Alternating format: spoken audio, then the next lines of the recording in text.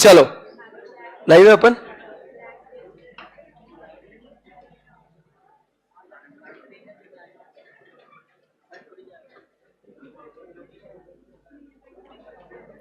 Okay करते recording start. चलो सो hi guys, good afternoon.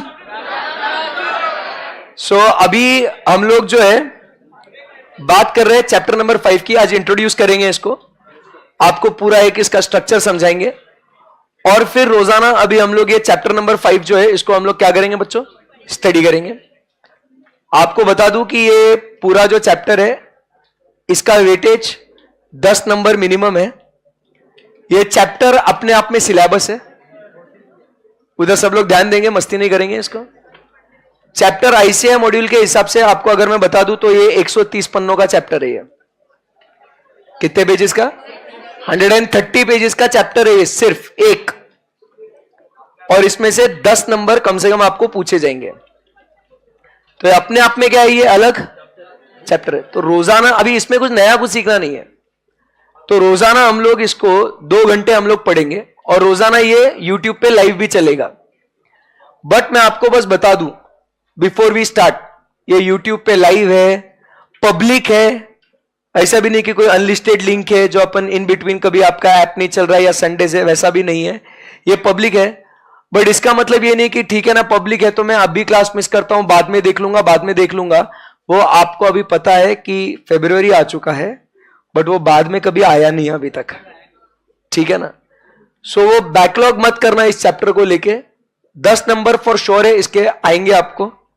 तो हम लोग को इसको एकदम आराम से रोजाना 2 घंटे we have to read, we have to understand how to conduct the audit and proceed. ये सर हम लोग फिर यूट्यूब पे क्यों ले रहे हैं? क्योंकि कभी भी अगर आपको लगता है कि इसको रिवाइज करना है कोई particular item of financial statement, तो आपके पास क्या होना चाहिए, ये लेक्चर्स अवेलेबल होने चाहिए। तो इसके लिए मैं नहीं चाहता हूं कि आप आपके बैकअप के जो व्यूज है वो आप खर्चा करें। समझा बात को?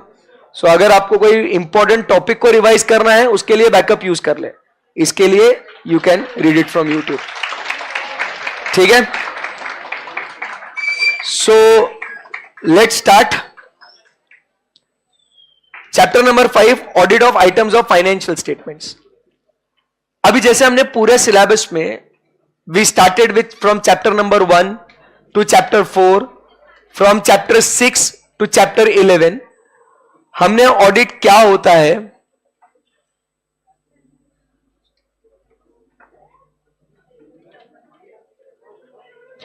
मैं भगा दूं क्या? वैसे भी यूट्यूब पे आप बाहर चले जाओ। अभी मेरे को आज से बस वही बच्चे चाहिए जो सही में पढ़ने की इच्छा रखते हो। अगर बैठ के टाइम पास करना है तो ये लेक्चर्स आपके लिए बाद में अवेलेबल है ना, that I have taken care of. But what I want is कि मैं एक तो 130 पन्ने के लिए 1 महीना नहीं डाल सकता हूं, और अगर ऐसा बिहेवियर रहा तो मेरे को नहीं चलेगा बाबू, ठीक है ना। सो आप समझिए कि हम लोग जो बात कर रहे हैं वो है चैप्टर नंबर 1 से लेके चैप्टर नंबर 4 तक हमने ऑडिट क्या होता है, ऑडिट कैसे करना है, बराबर ऑडिट करने के लिए कौन से टूल्स टेक्निक्स यूज होते हैं, रिस्क कैसे असेस करना है, कंट्रोल्स को कैसे टेस्ट करना है, ये सब बातें हम लोग ने क्या करी, हमने सीखी, हमने समझी। फिर उसके बाद हम लोग क्या करें, हम लोग चैप्टर नंबर मॉड्यूल 2 में गए। हम लोग मॉड्यूल 2 में हम लोग ने अलग अलग मतलब रिपोर्ट्स कैसे देते हैं वो सीखा, बैंक्स का ऑडिट कैसे करना है, कोऑपरेटिव सोसाइटीज का। तो हम लोग एंटिटी स्पेसिफिक काम कर रहे थे, बराबर है। अभी इस चैप्टर नंबर 5 का आप ध्यान से समझना, बहुत मजा आएगा ये पढ़ने के लिए, बहुत इंटरेस्टिंग टॉपिक है कि इसके अंदर अभी फाइनेंशियल स्टेटमेंट्स क्या लिखा है, audit of items of financial statement. अभी हम लोग कोई किसी स्पेसिफिक एंटिटी के बारे में बात नहीं कर रहे, हम लोग किसकी बात कर रहे हैं, आइटम्स की। एक एक आइटम से फाइनेंशियल स्टेटमेंट के अंदर sale, purchase, provisions, contingency, share capital, reserve, surplus, समझ रहे बात को, लोन्स, अलग अलग आइटम्स है which are there in what, financial statements. तो स्पेसिफिकली अगर आपको उसे चेक करना है वो आइटम को, तो आपने क्या ऑडिट प्रोसीजर्स आपने फॉलो करनी है specific to that particular item. समझा? आज तक हम लोग क्या बोल रहे थे, रिस्क असेसमेंट करेंगे, मैं आपको ऐसे एग्जांपल्स दो चार दिए, बट अब अगर सर मैं स्पेसिफिकली शेयर कैपिटल चेक करने आ रहा हूं तो मैंने क्या देखना चाहिए, वो आइटम स्पेसिफिक बात करते हैं ना अभी, समझा क्या बात को? मैं ऑडिट करने जाऊंगा तो ऐसा जनरल थोड़ी काम करूंगा। आपको आपका बॉस बोलेगा कि बच्चा शेयर कैपिटल चेक कर, बोरोइंग्स चेक कर, रिजर्व्स एंड सरप्लस चेक कर, आप क्या बोलोगे? Sir first I will do risk assessment, then I will do the test of controls, and after doing test of controls I will be performing further audit procedures, and after doing further audit procedures I will be checking the. अरे भाई, boss क्या बोलेगा वो ज्ञान मत दे। अब तू क्या चेक, उसमें स्पेसिफिकली क्या देखेगा ये पता होना चाहिए ना। तो इसका ज्ञान किधर मिल रहा है अपने को? Chapter number 5। समझ में आया आप सबको? So it is very interesting. एक एक आइटम को अपने को चुन चुन के स्टडी करना है, और इसमें और इंटरेस्ट कैसे डेवलप कर सकते हैं। Imagine if this is your business and if you feel कि मेरे बिजनेस का मेरे को शेयर कैपिटल कैसे चेक करना है, मेरे बिजनेस के बोरोइंग्स कैसे चेक करूं कि बाबा मेरे अकाउंटेंट ने कुछ गड़बड़ तो नहीं किया ना, तो मैंने क्या बातें देखनी चाहिए, उसके हिसाब से पढ़ लो। आपके बिजनेस में आप क्या बातें देखोगे? समझ में आया आपको? So this is how we are going to study, that is what is the context of this particular topic. Sounds interesting? Okay, so इसके अंदर अलग अलग ऐसे क्या है, बैलेंस शीट के आइटम्स है जिसमें आता है assets, liabilities, equity balances etcetera. इसमें हम लोग ने देखा था कि there are what different different assertions. हमने पढ़ा हुआ है असर्शंस के बारे में ऑडिट एविडेंस चैप्टर में, बैलेंस शीट कैप्शंस के लिए, प्रॉफिट एंड लॉस के लिए, डिस्क्लोजर के लिए, याद है आपको? तो ऐसा दिया है हर एक के लिए, बैलेंस शीट के लिए क्या चीजें चेक करनी है, इनकम स्टेटमेंट के लिए कौन से असर्शंस आएंगे, कैप्शंस मतलब असर्शंस। तो वो स्पेसिफिक असर्शंस को ढूंढने के लिए क्या करेंगे अपन, वो स्पेसिफिक असर्शंस को चेक करने के लिए क्या क्या काम करना है वो हम लोग स्टडी करेंगे। समझ में आया आपको? जैसे for example I will tell you कि बेटा ऑकरेंस असर्शन में रिस्क हो सकता है, रिस्क एट असर्शन लेवल। तो sir how will I check this occurrence, सीखेंगे इधर। समझा बात को? ऐसा तो ये इंट्रोडक्शन है वगैरह वो नहीं पढ़ना अपने को, ये सब डेफिनेशन ऑफ असर्शन हमने ऑलरेडी पढ़ा हुआ। ये assertions refer to what? Representations by management, explicit or otherwise, बराबर के नहीं, which are embodied in the financial statements। तो हम लोग इसको कंसीडर करेंगे। ये अलग अलग क्या है, assertions है, ठीक है। अब ये एग्जाम्पल ऐसे आपको एग्जाम में भी पूछा जाएगा कि व्हाट आर द, ये ऐसे ही एग्जाम्पल पे ना इंस्टीट्यूट ने क्वेश्चन पूछा है, what are the obvious assertions of the item building which is shown in the balance sheet। इससे आप क्या assert करोगे? assert मतलब समझते हो ना क्या होता है? assertions मतलब क्या होता है? it is the representation by management। तो ये फाइनेंशियल स्टेटमेंट में बिल्डिंग आइटम दिखा के आप क्या assert करोगे? with a carrying amount of rupees 50 lakhs, तो ऑडिटर क्या assert करेगा कि ये जो बिल्डिंग है ये बैलेंस शीट डेट पे है। असर्शन कौन सा हुआ? एग्जिस्टेंस। इसको चेक करने का है जाके कि सही में बिल्डिंग है कि नहीं है। समझा गया? उसके बाद कंपनी ओन्स एंड कंट्रोल्स, मतलब ये कंपनी की है, लीज पे नहीं है, हायर परचेस पे नहीं है, ये कंपनी की खुद की एसेट है। तो इसको क्या बोलेंगे अपन? Rights and obligation assertion. खुद की है ना, एसेट है ना भाई। उसके बाद it is valued correctly in accordance with the measurement principle, valuation assertion, कि भाई डेप्रिसिएशन के बाद आया है, ये 50 लाख की है, हम लोग को बैलेंस शीट में दिख रहा है, इट इज आफ्टर व्हाट। उसके बाद क्या कहता है? ऑल बिल्डिंग्स आर इंक्लूडेड, तो कोई भी बिल्डिंग छूटी नहीं है इसके अंदर, कंप्लीटनेस असर्शन। तो जब आप फाइनेंशियल स्टेटमेंट्स में बिल्डिंग देखोगे तो कौन से असर्शंस इस पे आप लागू कर सकते हो, ऐसा आपको क्वेश्चन आएगा। पहले ये डिस्क्रिप्टिव क्वेश्चन आता था, अभी एमसीक्यू में पूछेंगे which of the following is not an assertion relating to building shown in the financial statements. समझ में आया आपको? तो आपको तो पहले पता होना चाहिए कि साला कौन से असर्शन लगते हैं, फिर आगे की बात होगी। क्लियर है एकदम बात? समझ में आ रहा है क्या चीज है ये? तो ऐसे असर्शंस करने हैं। तो फिर ये असर्शंस को ध्यान में रखते हुए फिर आपने क्या करना है, auditor will draw audit programme to verify those assertions and obtain sufficient appropriate audit evidence for each of the claims made. हमने क्या करना है, ये आइटम को देख के क्या क्या assertions हम लोग क्या क्या assert करेंगे. अब अगर तुम बोलते हो कि सर बैलेंस शीट में ना ये बिल्डिंग डाल है ना सर, इसका मतलब है कि सारी बिल्डिंग इन्होंने क्या करी होंगी, इंक्लूड करी होंगी. अच्छा, जाके चेक कर. असर्शन मतलब क्या बोला था, it is used by auditor. Why? to consider the different types of potential misstatements that may occur. तो अपन असर्शन क्या देखे सर, कंप्लीटनेस ना. मैनेजमेंट ने असर्ट क्या किया, कंप्लीट है, कंप्लीट. तुम क्या करोगे, जाके चेक करेंगे. क्या चेक करेंगे कि सारी बिल्डिंग्स आई है कि नहीं. अरे समझ रहा है क्या बात को सर. उसका वैल्यूएशन, अच्छा वैल्यूएशन सर मेरे को लग रहा है बराबर वैल्यूएशन है, ठीक है ना, कोई बात नहीं. मैं जाके चेक करेगा ना डिप्रिसिएशन बराबर से वो अकाउंटिंग प्रिंसिपल्स के हिसाब से कैलकुलेट किया या नहीं. समझ रहा है क्या बात को. तो I am going to conduct the audit on an item of financial statement. For example ये आइटम कौन सा था अभी, बिल्डिंग. तो मैंने क्या करना है, वो बिल्डिंग को लेके क्या क्या असर्शंस है वो चेक कर रहा है. अब वो बोलता है existence as on 31st of March. जाके साक्षात देखेगा बिल्डिंग है क्या. समझा क्या बात को, तब पता चलेगा ना कि एग्जिस्टेंस है करके. So I will consider all these assertions. रटना नहीं है इसको, लॉजिक लगाना. क्या क्या असर्शन हो सकता है, एग्जिस्टेंस है, सारे इंक्लूडेड है, एसेट है मतलब राइट्स एंड ऑब्लिगेशन है, करेक्ट वैल्यू पे बुक हुआ है, बराबर के नहीं. खत्म हो गया ना भाई, यही तो 4 असर्शन थे ना उसके अंदर. समझा बात को. This will be considered by us for developing what, audit programme, and then we will obtain what, sufficient appropriate audit evidence. खत्म. समझ में आया आपको.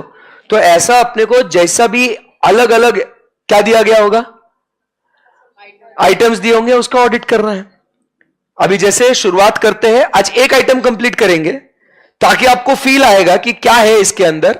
फिर कल हम लोग ऐसे रोजाना 4-5 आइटम कंप्लीट करेंगे. रटना नहीं है, लॉजिकली समझ में आना चाहिए कि आइटम में कौन से असर्शन पैदा होंगे. अभी इधर बात कर रहे हैं सबसे पहले अपन कौन सा, इनकम स्टेटमेंट कैप्शंस. ये पूरा एग्जांपल है. इधर अलग अलग एम्प्लॉय बेनिफिट दिया है, सेल्स का दिया है, ये पूरा अलग अलग. ये बस क्या है, आपको असर्शंस मालूम नहीं है. अरे हम लोग ने चैप्टर नंबर 3 में असर्शंस पढ़ा था, इफ यू रिमेंबर. बोलो ना.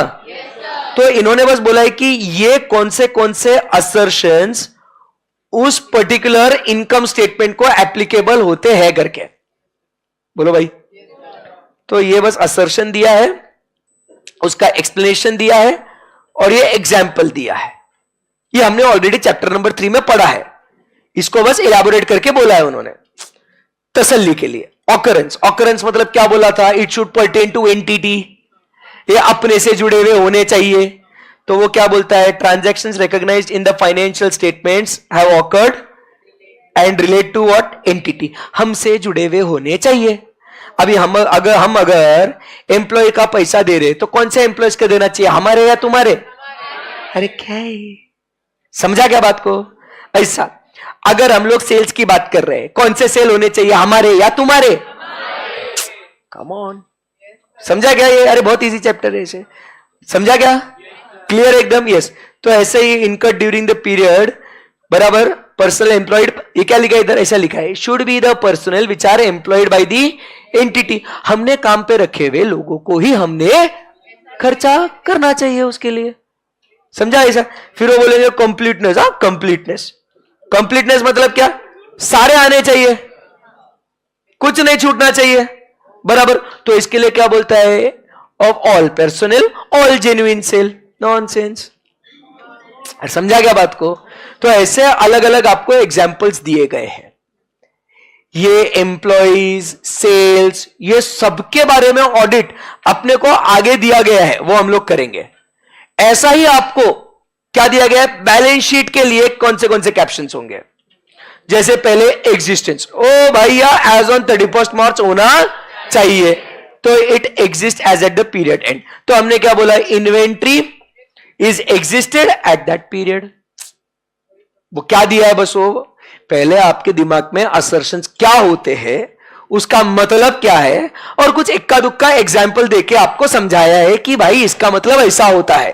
क्योंकि जब हम लोग आगे एक एक आइटम को चुन चुन के हम लोग स्टडी करें ना, तुम उसके बाद वो टाइम पे ये मत पूछना अबे एग्जिस्टेंस का मतलब क्या होता है, अरे सर हम लोग ये आइटम क्यों चेक कर रहे हैं। समझ में आया क्या आपको? समझ में आया? जैसे completeness, all got it, cut off, it is what, it is in the appropriate period, बराबर के नहीं? So inventory balance as at the year end does not include any element of the, अगले साल का नहीं होना चाहिए, जो है वो अभी का होना चाहिए। तो ऐसे आपने क्या करना है, ये आपको कैप्शंस दिए गए हैं विथ एग्जांपल्स, और ये इंस्टीट्यूट ने इसका आपको समरी भी दे दिया है कि कौन से असर्शंस एप्लीकेबल है करके। क्लियर है एकदम? ऐसा आपको आता है। A company is engaged in, जैसे जो आपको बोल रहा था ना question, a company is engaged in manufacturing fabrics from a yarn purchase from different suppliers. Focus करने का यार्न है, सप्लायर है, कोई नहीं, फोकस क्या होना चाहिए, परचेस। तो हम लोग परचेसेस की बात कर रहे हैं। ये कौन सा आइटम है, इनकम एक्सपेंस या बैलेंस शीट?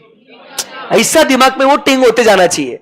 मैं परचेस मतलब पी&एल वाला, वो आप बच्चा क्या, अच्छा यान खरीदा है क्या, वो मैन्युफैक्चरिंग करते हैं, अरे कोई टेंशन नहीं है।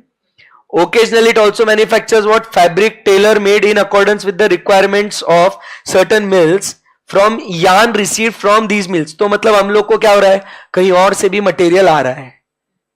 वो फोकस अनवांटेड इंफॉर्मेशन के ऊपर ध्यान ही नहीं देना आपने। एक तो पहले क्या हम लोग परचेस कर रहे हैं, परचेस के साथ साथ कहीं और से भी हम लोग को स्टॉक आता भी है।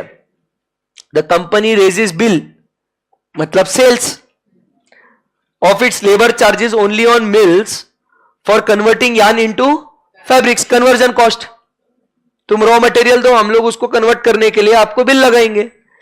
तो auditor tries to ensure that the stocks of the company at the year end does not include stocks pertaining to these mills। उनका स्टॉक हमारे स्टॉक इन हैंड में नहीं। अभी दो चीजें हो रही ना, एक हम लोग परचेस कर रहे हैं हमारे लिए, और हमारे पास बाहर वालों से भी आ रहा है। तो हमारे स्टॉक में क्या होना चाहिए, हमारा परचेस करा हुआ या उनसे भी आया हुआ? सिर्फ हमारा परचेस करा हुआ ना। तो इतना ज्ञान दिया, फिर वो क्या बोलता है, बताओ बे which assertion is trying to verify and how we can ensure that. तो कौन सा असर्शन वेरीफाई कर रहा है वो, occurrence. It should pertain to entity, ऐसा इधर ये वर्ड है। क्वेश्चन में ही आपको आंसर मिलता है अगर कॉन्सेप्ट क्लियर है तो। Which assertion is trying to verify, occurrence वाला। And how will you verify that? तो यही जो ऊपर लिखा है ना, जो भी हम लोग जैसे ऊपर इधर ऑकरेंस के लिए किधर गया,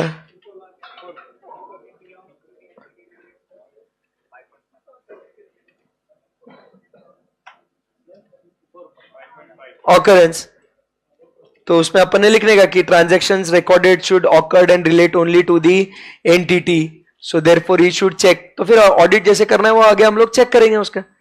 बोलो। तो अपने फाइनेंशियल स्टेटमेंट में कौन सा स्टॉक होना चाहिए? अरे हम लोग ये सिर्फ बिल किसके लिए, ये पढ़ना, हम लोग क्या कर रहे हैं, तुमसे रॉ मटेरियल ले रहे हैं और हम लोग क्या कर रहे हैं, उसको कन्वर्ट करके आपको दे रहे हैं, बराबर है कि नहीं? तो वो इन्वेंट्री हमारा है क्या? वो तो वो इन्वेंट्री अपना है क्या? नहीं। तो उसको मैं मेरे स्टॉक में कैसे डालूंगा उसको?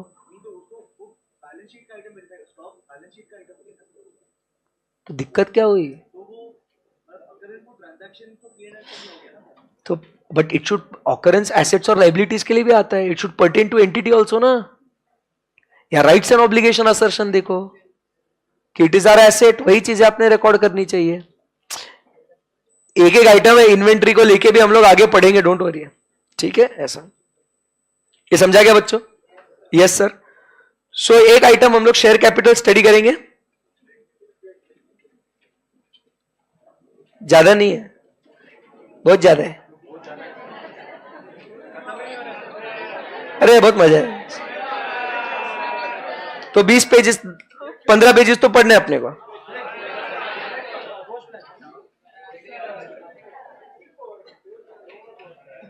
चलो इंट्रोडक्शन पढ़ते हैं, फिर शेयर कैपिटल कल स्टार्ट करेंगे। मैंने बोला ना अभी 2 घंटे ही पढ़ना है अभी आज से, मतलब कल भी, संडे को भी, मंडे को भी, रोजाना। हाँ ठीक है, जब भी मतलब पहले आपको टॉपिक का मतलब जो चैप्टर है उसका इंट्रोडक्शन समझा गया, क्लियर है। अब जो भी अपने को पढ़ना है बेटा वो कहां से पढ़ना है? बैलेंस शीट कैप्शन से। शेयर कैपिटल का बेसिक इंट्रोडक्शन पढ़ते हैं, फिर टाटा बाय बाय बोलते हैं। 5 मिनट के ऊपर पढ़ाऊंगा नहीं, प्रॉमिस, ठीक है। हाँ भाई 125 हो गया, 130 टाइम लगा ले तो। ध्यान से सुनो। पहला आइटम, अभिनव मस्ती, share capital.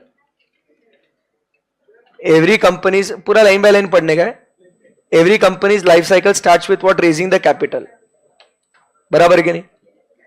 Other than private company, every other company issues prospectus, ऐसा उसको मालूम है ना आपको?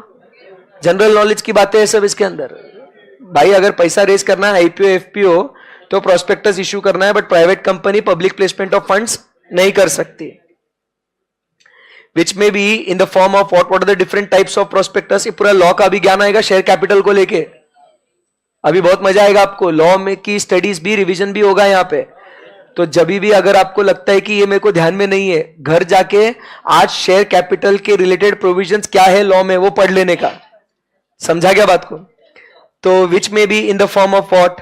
अब्रीज्ड form of prospectus, statement in lieu of prospectus, before the proceeds towards allotment of share capital. तो what are the different types of prospectus, पता है ना आपको? अब प्रोस्पेक्टस में अलग अलग कंडीशन होते हैं। प्रोस्पेक्टस में कौन से कंडीशन होते हैं?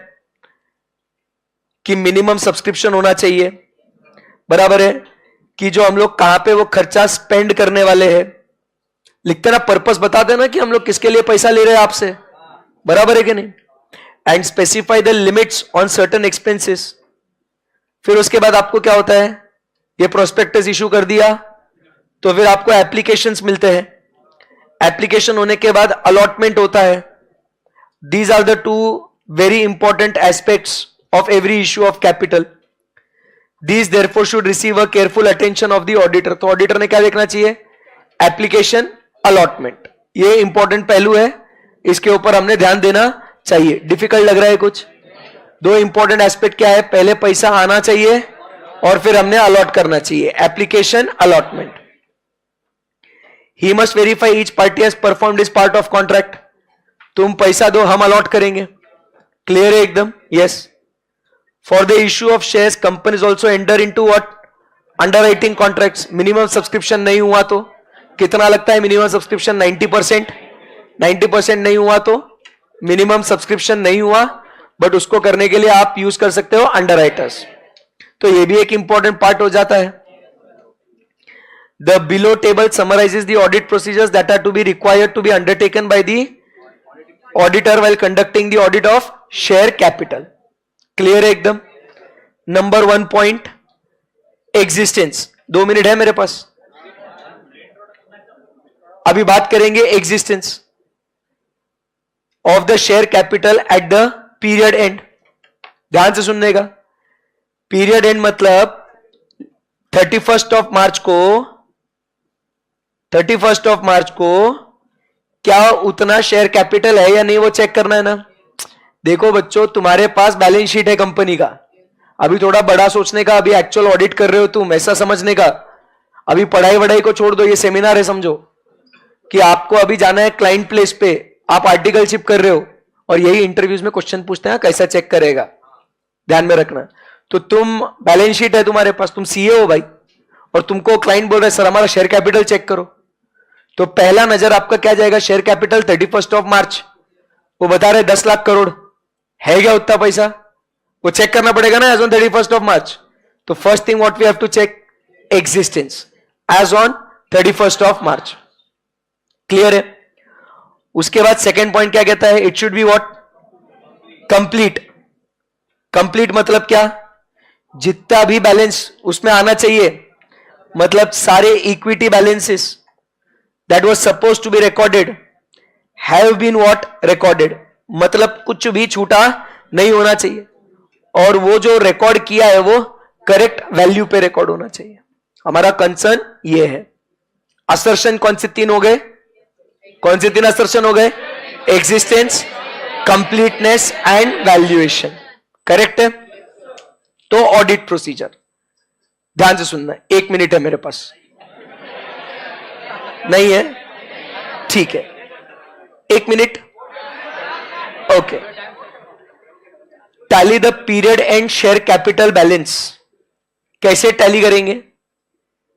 With the authorised, issued and paid up to the previous year audited financial statements.